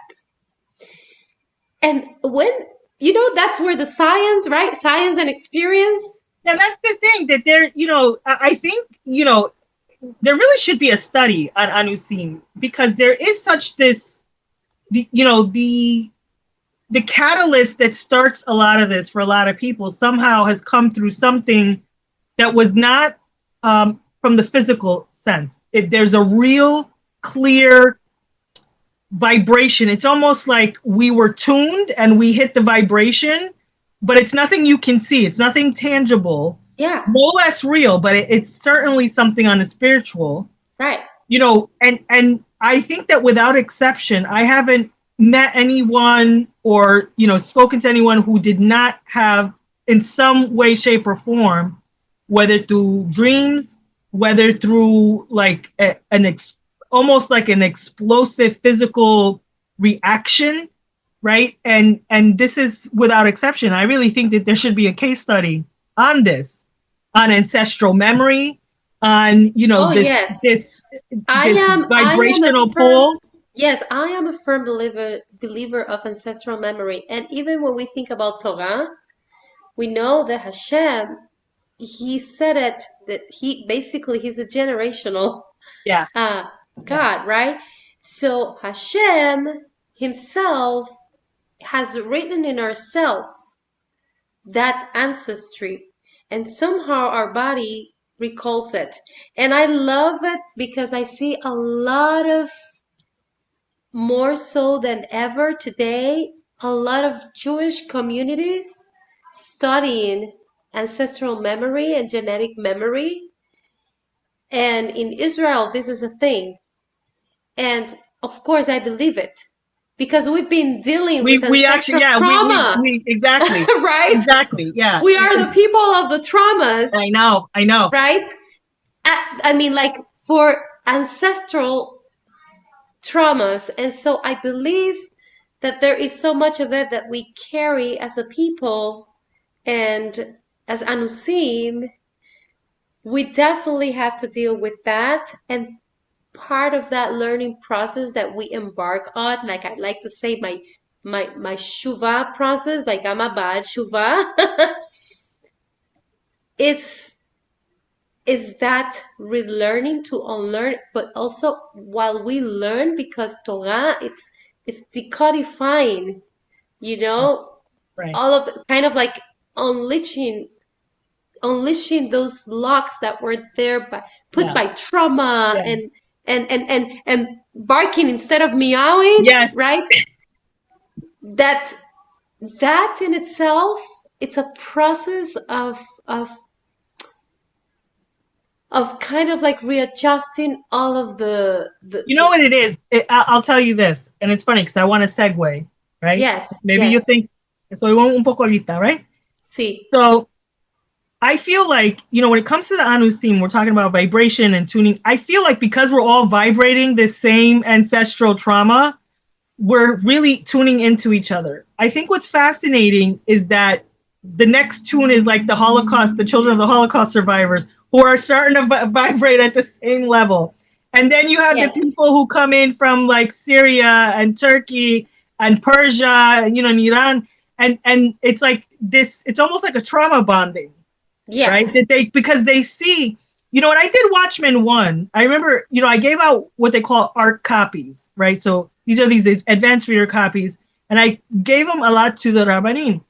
And some of them were coming from Sephardic communities. And one of them, reached back out with his thoughts. And he literally said, this was like reading my father's story.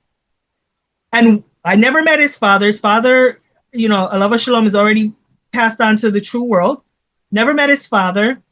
He had not met me prior, he knew I was doing this book and I sent him a copy. And he was so taken by it. He actually helped me with a scene on book 2.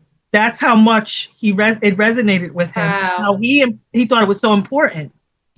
So I think, we're starting, and who knows? Like, I feel like us vibrating at this level, we're getting in tune with each other. That maybe we'll start vibrating to the Mashiach, right? And we'll find him, right? Baruch Hashem, Baruch Hashem.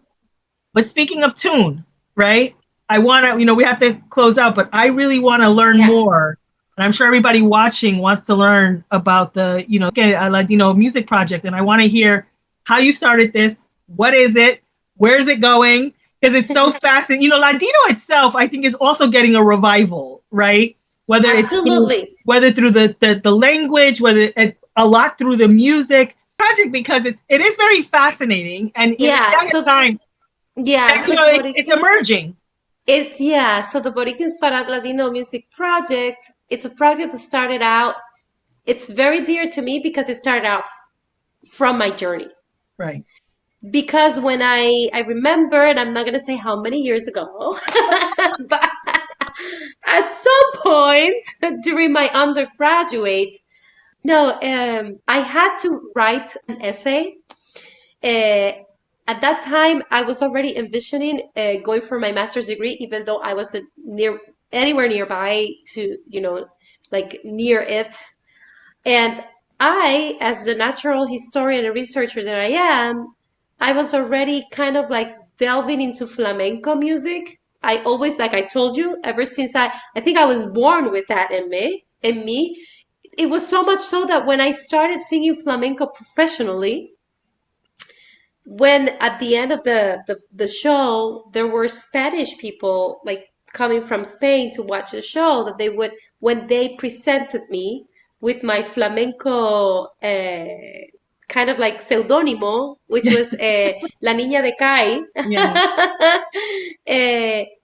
they would say, no way, you're not from Spain, you're not Gitana. And I would go like, no. But this is something that was just in me. So I naturally gravitated towards those topics. And I remember I started researching. I remember this is all together. I had already had that spark in me of, where are we coming from? Are we really this? Or, And so I did my paper in the influence of the Middle Eastern music in the Puerto Rican folk music. And there was a segue towards the flamenco music too, because it has to do with it. And that's how my journey started many, many years ago. And it wasn't until I finally said, this is who I am. This is what I want to do. I want to return. I want to do a full return to Judaism. I thought that the music was going to give me it was going to make my journey easier. Also, I have a passion for linguistics because in my family, I discovered, when I went through this journey, I discovered that we were still using Ladino words. In my family, by my mother's side, which is from San Sebastián Lares, that's where many people there still use words that are Ladino they don't even know. And so this just, es como el sazón explotó. When because I remember I have a friend. He's an amazing Dominican, actually, and Puerto Rican. He's a musician. And I remember that when we were doing flamenco, he would say, your type of really flamenco that goes with you is the Sephardic flamenco. And I was still like quiet. And I would look at him and I would say, why are you telling me this? And he said, it's just the way you sing, and there's something like you feel that music, and I was still quiet, and I'm like, I'm a Jew. That's why, right? But I still didn't dare saying it. And so I started out with that. And so back in 2020, I think it was, I had been working in it since 2016, 2017.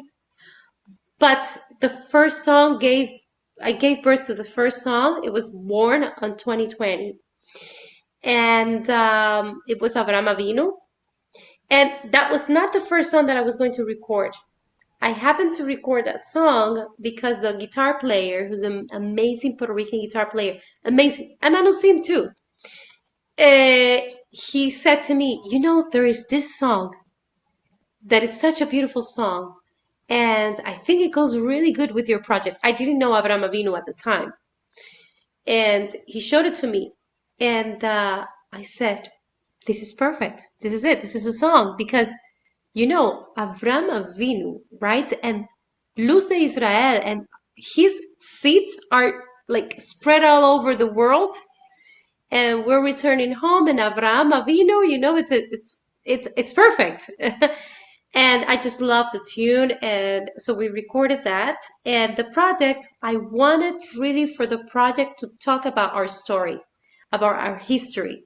So I was always inclined towards Middle Eastern instruments, music, but I wanted for the Puerto Rican sazón to be there, El sazón Goya tenía que estar. El sazón, el sofrito, los gandules. Los gandules, el olor. And I said, the instrument that needs to be there is the cuatro puertorriqueño.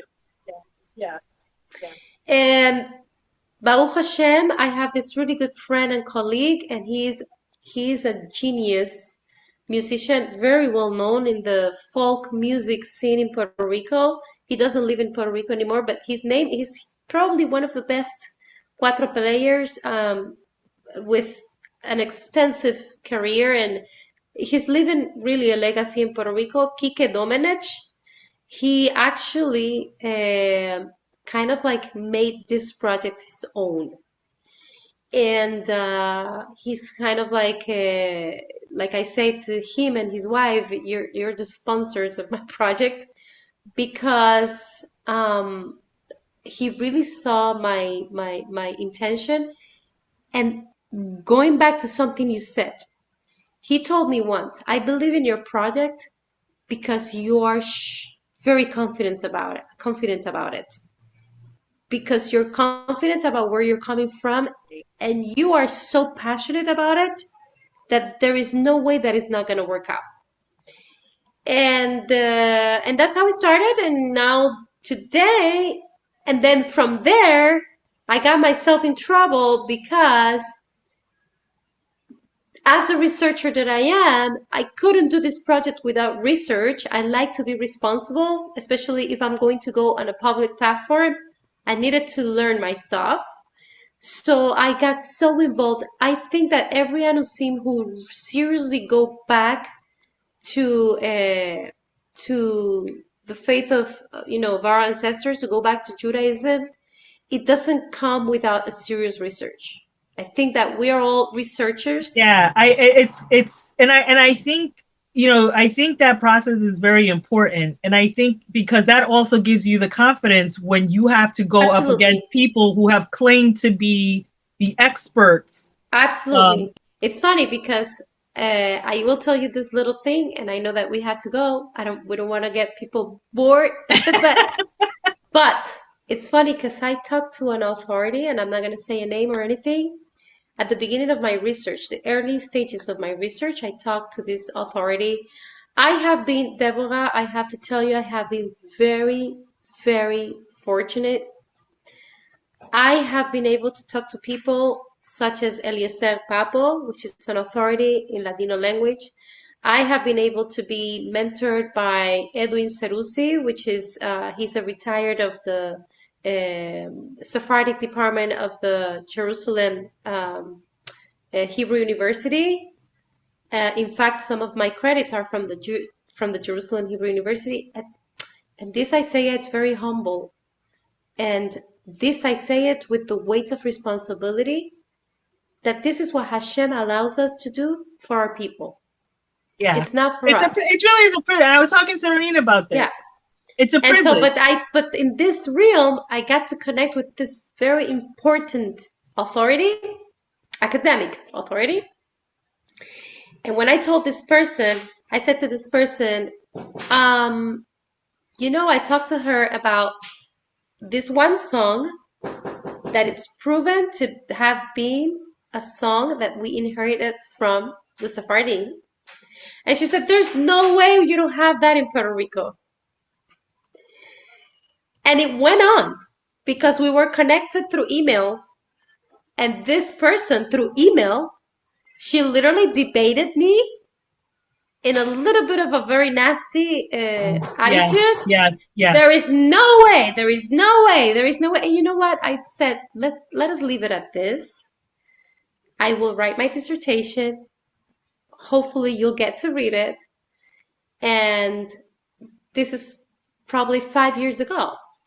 Now, this song, it's all over the place. People are starting to realize and to say, hey, this is true. Like, I'm curious. I always ask people, what is your growth? What is your intention for the future, right? Like, where do you see yourself? I think for you, you found your niche, right? The Ladino Music Project is a very specific, it's very, and I think also too, I think that it really helps. I know for myself and for people who have really found the calling, right? Yes. You feel like you have a direction, right? The GPS is working, the Wi-Fi, the satellite, everything's working. But I think there's some people sometimes that they feel like, I want to get involved. I don't know how to get involved. And I tell people all the time, just be yourself. Somehow, whatever that passion was, like to me, I was always doing the stage, right? So storytelling and all that became, whether it was through video, whether it was books, that became the thing, right? Speaking. Right. For you, you had the music, right? You made it to the audition for a Gran Cambo. You were on the wait list if somebody got sick. That wasn't my call, right? That wasn't for me. Although I'll agree to disagree. I think I would have been amazing. I think so. I don't know. Listen, I was outvoted. As a performing arts teacher, I can see it. Nana, I was outvoted. That's all I can tell you. I agree with you, but you weren't on the panel. So, so that did me no good. But, I feel like when you do find it, it does feel easier with all of the challenges to keep going forward because you have an intention and you have a direction. So what do you think is your 10-year plan? Although we're going to say this, maybe if Mashiach hasn't come, maybe we'll all come back and be like, I'm laughing at what we said 10 years ago. Exactly. Well, here we go. Happen. But if you could, like, what is your intentional direction, for the project, for where you see yourself? So I can tell you this. I watched the last Anusa YouTube videos back in 2020. I think you were there before 2020, were you? I was there before 20. Yes, I was. I think I started the channel in maybe 2016. 2017. Yes, because I was doing commentary on Sniud and Kisui Rosh. Yes, that's where studies. So, and then all of a sudden this exploded. Yes. And then all of a sudden this exploded. Let me rephrase because yes, I know that I know you from before, even from before last Anusa. So I remember when I was watching these YouTube videos and I was going through my journey myself, and already well into my journey, but then you came with last Anusa, and I purchased the book. I read the book, and actually your book is one of my references in my dissertation. Wow, it's there.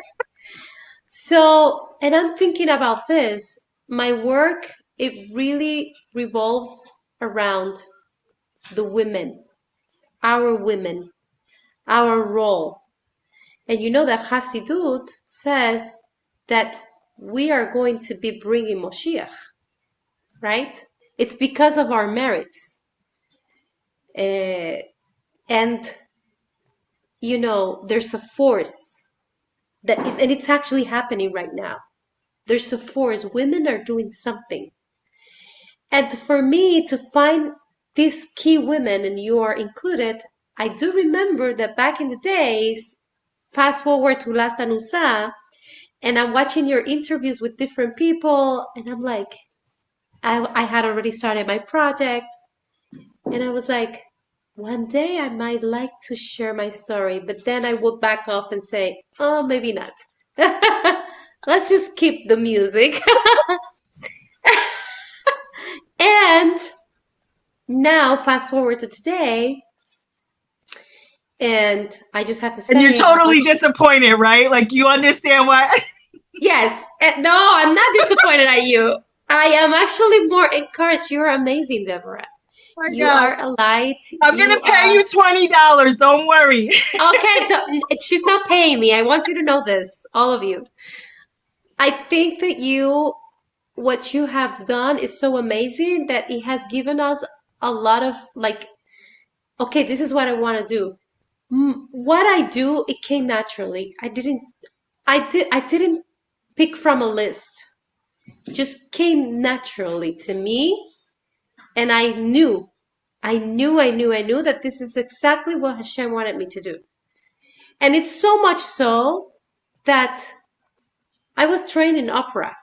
I was an opera singer for a while. I have sung every music style you would imagine, even guaguancó, okay? So I know how to sing very like challenging music. However, the music that touches my heart is the most simple one, which is the music of my ancestors.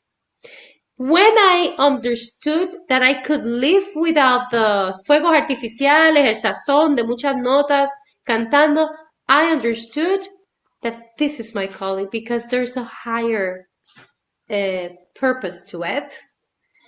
And obviously that has allowed me to find my niche, like you said, but also I wasn't even looking for a niche. I just wanted to spread it.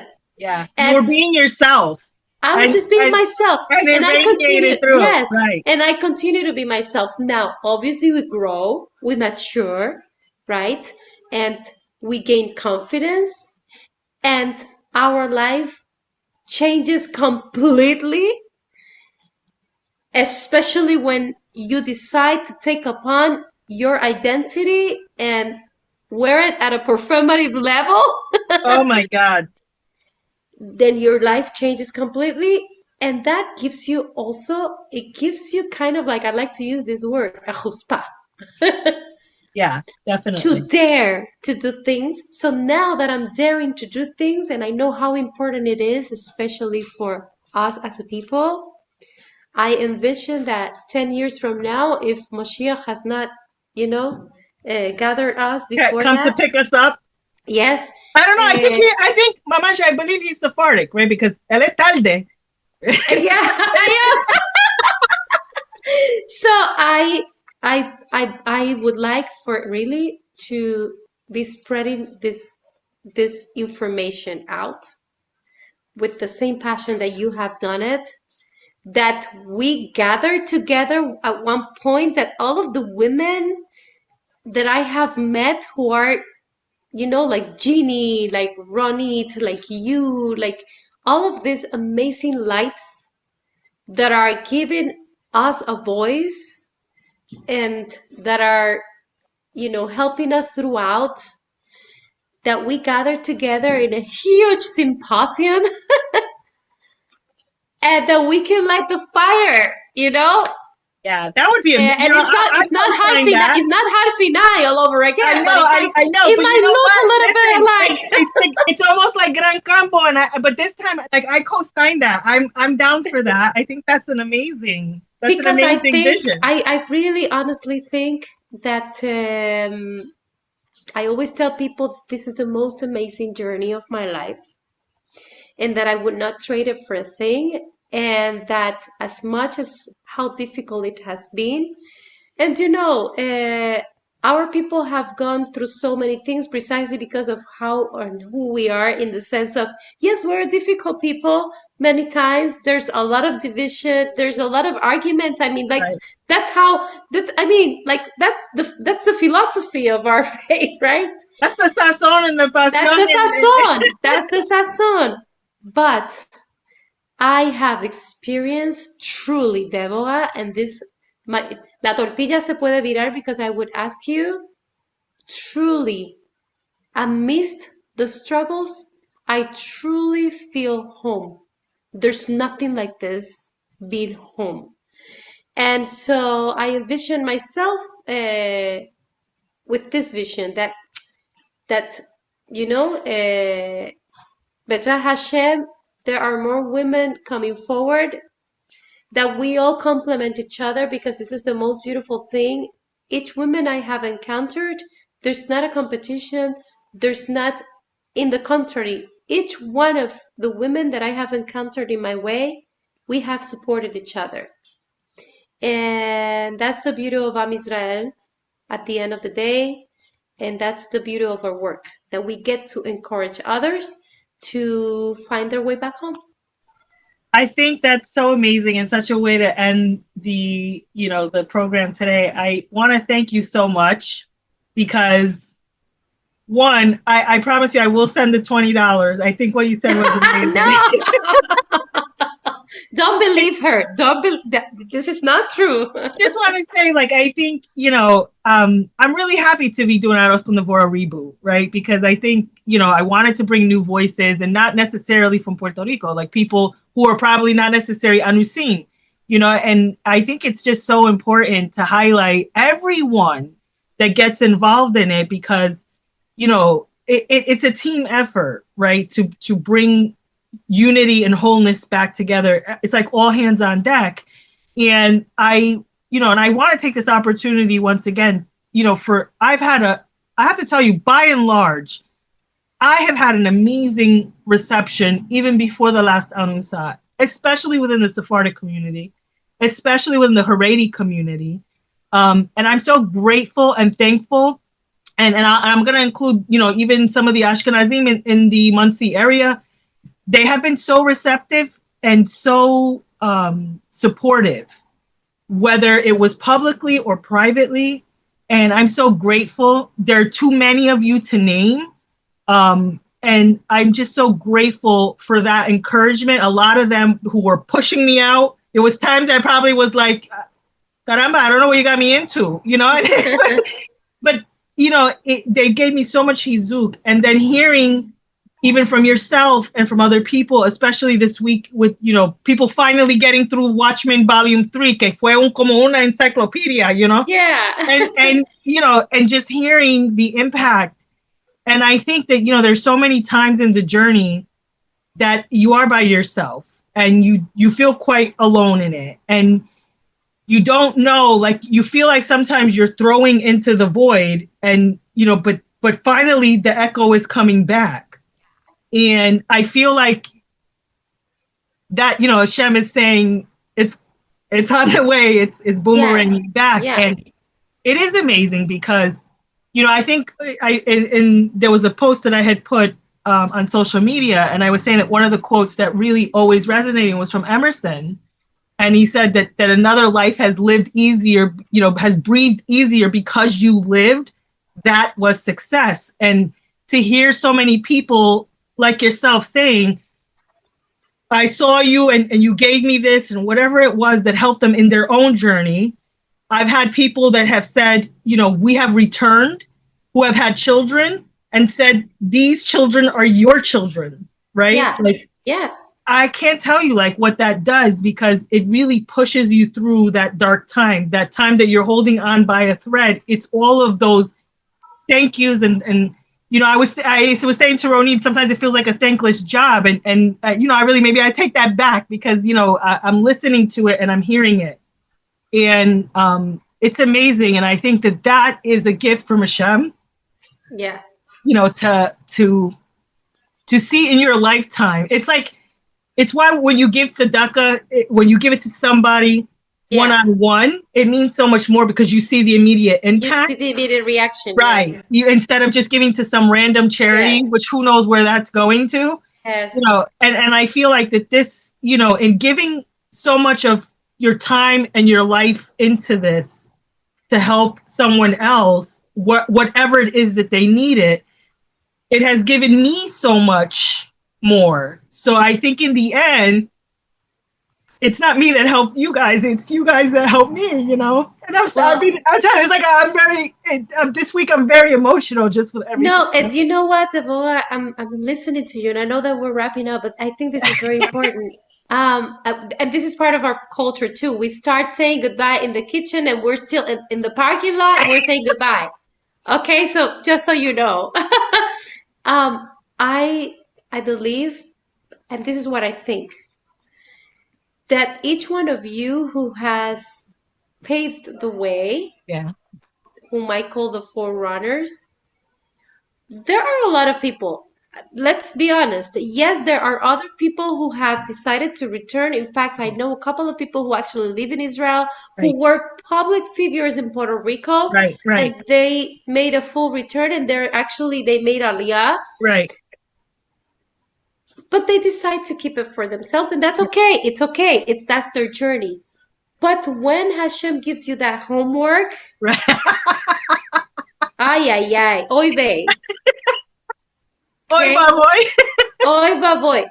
Listen, it's not an easy task. Yeah, absolutely. And it's never for yourself. Because if it was for yourself, it's just easier to live a quiet. Yeah, and this is what I'm saying. Like, I remember when the rabbis were pushing me, I was like, I like, it's so messy and complicated. And this is why I say to a lot of anusim, you know, it's like, it's a very messy and complicated process, and you have to accept that. It's a very messy. And I remember, yes, I had this conversation with you. It's very messy. Yes. It's very messy. It's not perfect. It's messy. It's very confrontational. No, and within your own lineage, you find good actors and you find really absolutely. I almost died when I saw some of my ancestors, and I won't even say. I'm telling you, I have the creme de la creme of bad, and I also have the creme de la creme of good.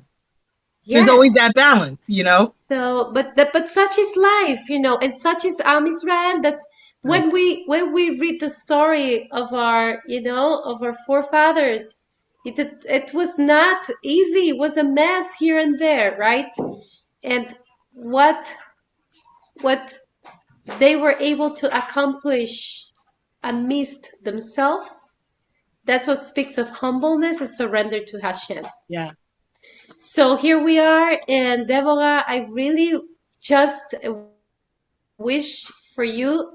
I want to bless you with the best of the success, that this second season is yet the best one. This is actually season 4, believe it or not. This is season 4. Well, I hope it's really good. You know, I hope people really. It's gonna be good, and that may you continue to pour those seeds that will blossom even further away, and that also you may receive lots of health. Yes, continuous health to continue to bring this forward for you and your family, and the means to sustain it, and that we may all see it. But I like I said, I want to thank you for coming on. You know, it's always, I really, my goal in doing Arroz con Devorah was to give a safe space to people, because it's always so difficult within your family to be the first and essentially the last, right? I always say, like, and this is actually my first interview, like, so outspoken. Yeah, well, this is what I'm saying. I'm making you tell you something. And anybody who's watching this, if you happen to make it at Arroz con Devorah, it's a safe space, but we're going there, okay? Yes. Yo soy entrometida, and I will go in there. Yes. I always want everyone to feel that it was a fun and safe space, right? Como dos amigas que está hablando, and that's it. And it's a safe space. But I think that it's that vulnerability from both ends, because you don't know, it's a conversation. You don't know where it's going to go. And I think that a lot of people, they can get down with that, Elysheva, thank you so much for being on. Thank you. I hope that Bezrat Hashem that we will see a lot more from you and from your work, and I'm just like very excited for all that all of us have in the near future. So that's it for today, and I hope you will tune in to another edition of Arroz con Devorah.